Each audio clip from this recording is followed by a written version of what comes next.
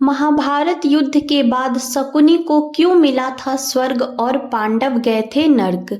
हमारे कर्म ही स्वर्ग और नर्क का रास्ता तय करती है। बचपन से लेकर अभी तक हम सभी को यही सिखाया जाता है कि यदि हम अच्छे कर्म करेंगे तो हमको स्वर्ग जाने का मौका मिलेगा, वहीं बुरे कर्म होने पर नर्क में जाना पड़ेगा। यह साधारण सी बात हम सभी अच्छे और बुरे कर्म करने के लिए प्रेरित करते हैं। वहीं महाभारत इसका सबसे बड़ा उदाहरण है। आपको भी पता होगा कि महाभारत के युद्ध में पांडव धर्म के साथ थे और कौरव अधर्म के साथ थे। लेकिन क्या आप जानते हैं कि जब पांडु पुत्र युधिष्ठिर स्वर्ग पहुंचे तो वहां पर शकुनी, दुर्योधन और दुशासन पहले से मौजूद थे, जबकि अन्य पांडव और पत्नी द्रौपदी नर्क में थे।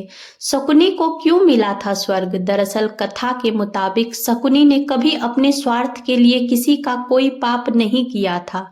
वह सिर्फ अपने और अपने परिवार के खिलाफ हुए अपराधों का बदला लेने का प्रयास किया था, क्योंकि अखंड भारत में गांधारी सबसे अधिक सुंदर राजकुमारी थी और शकुनी अपनी बहन से बहुत प्यार करता था। लेकिन पंडितों ने बताया कि द्रौपदी के पति की आयु कम होगी, इसलिए राजकुमारी के पिता महाराज सुबला ने गांधारी का विवाह एक बकरी से कर दिया, फिर उसको बकरी को मार दिया जिससे कि गांधारी का दोष कम हो जाए। वहीं जब शकुनी को पता चला कि उसकी प्यारी बहन का विवाह राज्य की रक्षा के लिए जन्मांध धृतराष्ट्र से हो रहा है तो उन्होंने इस विवाह को रोकने का प्रयास किया, लेकिन असफल रहे, जिस कारण वह क्रोधित हुए और बाद में धृतराष्ट्र को गद्दी भी नहीं मिली। वहीं जब भीष्म पितामह को गांधारी का बकरी से विवाह होना पता चला तो उनको बहुत क्रोध आया कि उन्होंने एक विधवा को अपने राज परिवार की बहू बनाया। इस बात को छुपाने के लिए भीष्म पितामह ने महाराज सुबला और उनके पूरे परिवार को जेल में डाल दिया। उस समय महाराज सुबला और उनके परिवार को खाने के लिए सिर्फ एक अन्न का दाना दिया जाता था, लेकिन महाराज सुबला और उनके परिवार ने वह एक अन्न का दाना भी शकुनी को खाने के लिए दे दिया, जिससे वह उनके परिवार के अपमान का बदला ले सके। इसके बाद शकुनी के परिवार का हर सदस्य भूख के कारण मरता चला गया। जब शकुनी ने अपने पिता की अस्थियों से जादुई पासे बनाए और परिवार की मौत का बदला लेने की ठानी। शकुनी हमेशा अपने परिवार के लिए जिए और अपने परिवार के खिलाफ किए गए अपराधों का बदला लेने के लिए अधर्म का साथ दिया, इसलिए शकुनी को कुछ समय के लिए स्वर्ग मिला था। वहीं पांडवों ने धर्म का रास्ता चुना था, लेकिन हर पांडव ने कुछ न कुछ गलत किया था, जिसके कारण उनको कुछ समय के लिए नर्क में वास करना पड़ा था। क्यों गए थे पांडव नर्क?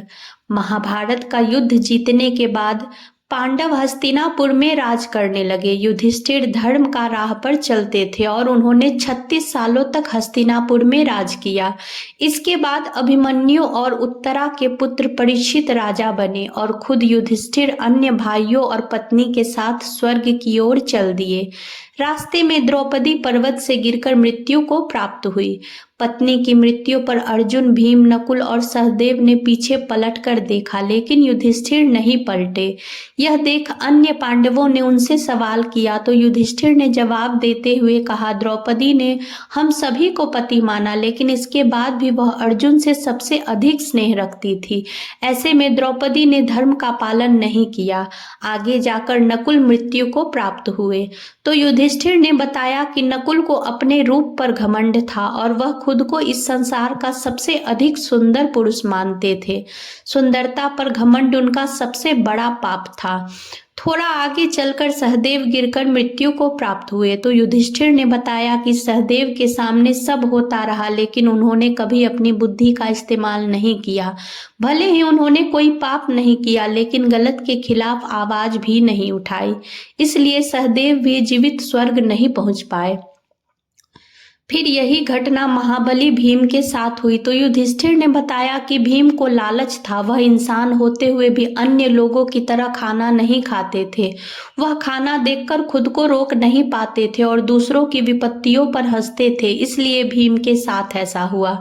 अंत में अर्जुन मृत्यु को प्राप्त हुए तो युधिष्ठिर से सवाल करने वाला कोई नहीं था।